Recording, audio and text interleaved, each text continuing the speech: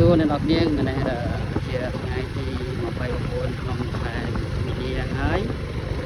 ជាថ្ងៃtrongខែប៉ុន្មានសល់2ថ្ងៃទៀតគឺដាច់ខែ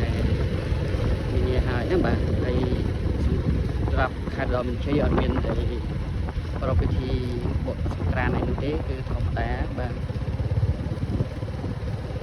តែយើងមានការធ្វើទីទូដែរដែលខាង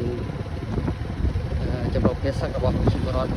នៅខាងកុកមនគាត់កុកមនក៏ដូចជានៅខាងគាត់បាត់កៅផងដែរបាទនេះគឺជាទស្សនវិជ្ជានៅមុខរដ្ឋបាលខេត្តទេបាទមុខស្វាខេត្តដល់មានជ័យគឺអត់មានអីប្លែកទេគឺទស្សនវិជ្ជាតែប៉ុណ្្នឹងទេបាទចង់ឲ្យបងប្អូនឃើញថា